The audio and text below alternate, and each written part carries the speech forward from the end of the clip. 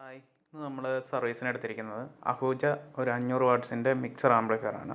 Mixer power amplifier ആണ്. അപ്പോൾ ഇത് ഫുള്ള് ഡെഡ് ആയിട്ടാണ് വന്നിരിക്കുന്നത്. ഇത് പവർ ഓൺ ആവുന്നില്ല. അപ്പോൾ നമുക്കിതിൻ്റെ ഫ്യൂസ് ആദ്യം ഒന്ന് ചെക്ക് ചെയ്യാം. അപ്പോൾ ഫ്യൂസ് നമ്മൾ ഓപ്പൺ ചെയ്യുകയാണ്. ഫ്യൂസ് ഓപ്പൺ ചെയ്ത അവസ്ഥയാണിത്. Fuse full ഉരുകിയിരിക്കുകയാണ്. ഫ്യൂസ് നമ്മുടെ ഗ്ലാസ്സാണ്. ഗ്ലാസ്സൊക്കെ ഉരുകി ഫുള്ള് ബേണായ ഒരു അവസ്ഥയിലാണ് ഫ്യൂസ് കിട്ടിയിരിക്കുന്നത്.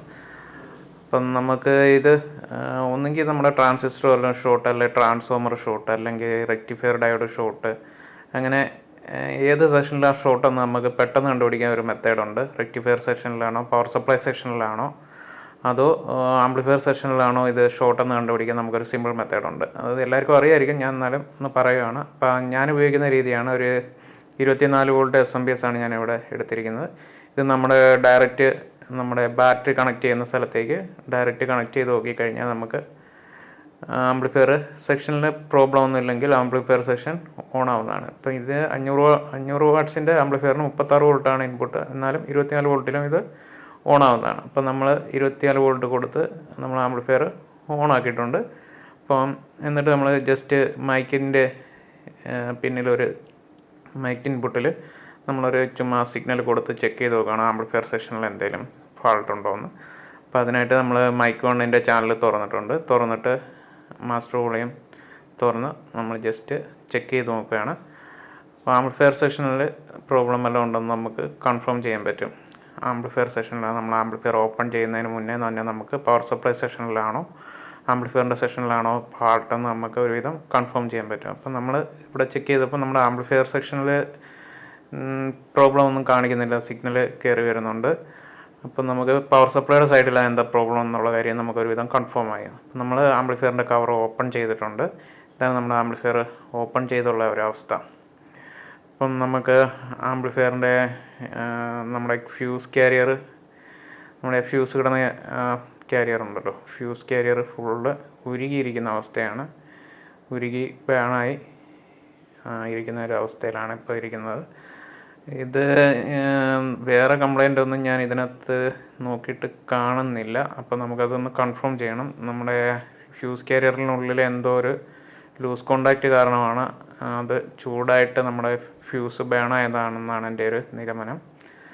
സാധാരണ എന്തെങ്കിലും ഷോർട്ട് സർക്യൂട്ട് വരുവാണെങ്കിൽ നമ്മുടെ ഫ്യൂസ് അങ്ങ് ബേണായി പോകത്തേ ഉള്ളൂ. ഇതേപോലെ ഉരുകാൻ സാധ്യത കുറവാണ്. അപ്പോൾ നമുക്ക് തുറന്നു നോക്കിയപ്പോൾ ഇത് ഏകദേശം ഒരുവിധം ഇതിൻ്റെ ഫാൾട്ട് ഇതായിരിക്കും എന്നാണ് ഞാൻ കരുതുന്നത്. അപ്പം നമുക്ക് അതിനായിട്ട് നമ്മുടെ ഫ്യൂസ് കാരിയർ ഒഴിവാക്കിയിട്ട് ഫ്യൂസ് കാരിയറിലെ 2 വയർ നമുക്ക് ഡയറക്റ്റ് കണക്ട് ചെയ്തിട്ട് ഒന്ന് ഓണാക്കി നോക്കിയാൽ നമുക്ക് കൺഫേം ചെയ്യാവുന്നതാണ്. നമ്മുടെ ട്രാൻസ്ഫോമറൊക്കെ ഞാൻ ചെക്ക് ചെയ്ത് നോക്കിയപ്പോൾ ഷോർട്ടിങ് ഒന്നുമില്ല. അതേപോലെ തന്നെ റെക്ടിഫയർ ഡയോഡ് ചെക്ക് ചെയ്തപ്പോൾ ഒന്നും ഷോർട്ടായിട്ടില്ല. നമ്മുടെ ഫ്യൂസ് കാരിയറിൻ്റെ ഒരു പ്രോബ്ലം കാരണമാണ് നമ്മുടെ ആംപ്ലിഫയർ പ്രവർത്തനം നിലച്ചത്. അപ്പോൾ അതിനായിട്ട് നമ്മൾ ഫ്യൂസിലോട്ട് പോകുന്ന ഫ്യൂസിൽ കൂടി കയറി ഇറങ്ങി വരുന്ന 2 വയറുകളും വെളിയിൽ എടുത്തിട്ടുണ്ട്.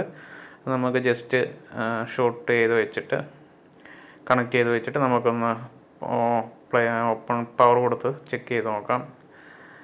പവർ കൊടുത്ത് ചെക്ക് ചെയ്യാൻ വേണ്ടി നമ്മളത് 2 വയറും കൂടെ ഷോർട്ട് ചെയ്തിട്ടുണ്ട്.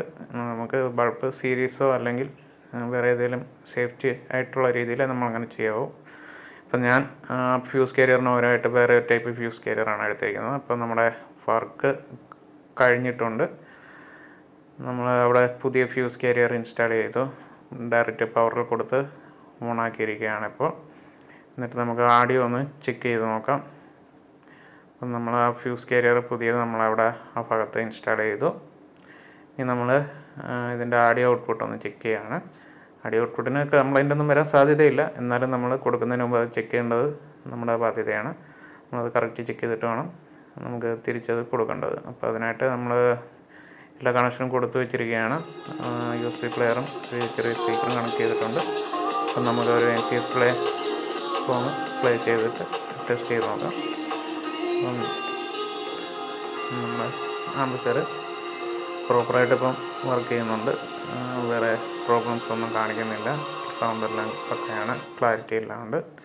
ഈ ചെറിയ സ്പീക്കർ ആയതുകൊണ്ടാണ് നമുക്ക് അധികം ക്ലിയർ ആവാത്തത്. അപ്പം ഞാൻ ജസ്റ്റ് ചെക്ക് ചെയ്യാൻ ഉപയോഗിക്കുന്ന സ്പീക്കറാണത്. ഇപ്പം ഇതായിരുന്നു നമ്മുടെ ഇന്നത്തെ ഈ 500 വാട്ട്സ് ആംപ്ലിഫയറിൻ്റെ കംപ്ലൈൻറ്റ്. അപ്പം നമുക്കൊരു മെത്തേഡ് ഞാൻ പറഞ്ഞു തന്നത് എല്ലാവർക്കും മനസ്സിലായെന്ന് വിചാരിക്കുന്നു. നമുക്ക് ഒരു SMPS 24 വോൾട്ട് എക്സ്റ്റേണലായിട്ടൊരു പവർ സപ്ലൈ ഉണ്ടെങ്കിൽ നമുക്ക് വെളിയിൽ നിന്ന് തന്നെ നമുക്കത് കൺഫേം ചെയ്യാം ഏത് സെക്ഷനിലാണ് ഫാൾട്ടാണ്. അപ്പം SMPS ആകുമ്പോൾ ഷോർട്ട് ഉണ്ടെങ്കിൽ അത് SMPS ഓട്ടോമാറ്റിക്കായിട്ട് ഓൺ ആവാതെ ഓഫ് ആയി പോവുകയാണ് ചെയ്യും. അപ്പം ഇതാണ് ഇന്നത്തെ നമ്മുടെ വീഡിയോ. എല്ലാവർക്കും ഇഷ്ടപ്പെട്ടെങ്കിൽ ലൈക്ക് ചെയ്യാനും ഷെയർ ചെയ്യാനും അതേപോലെ തന്നെ നമ്മുടെ ചാനൽ സബ്സ്ക്രൈബ് ചെയ്യാനും മറക്കണ്ട. അപ്പം എല്ലാവർക്കും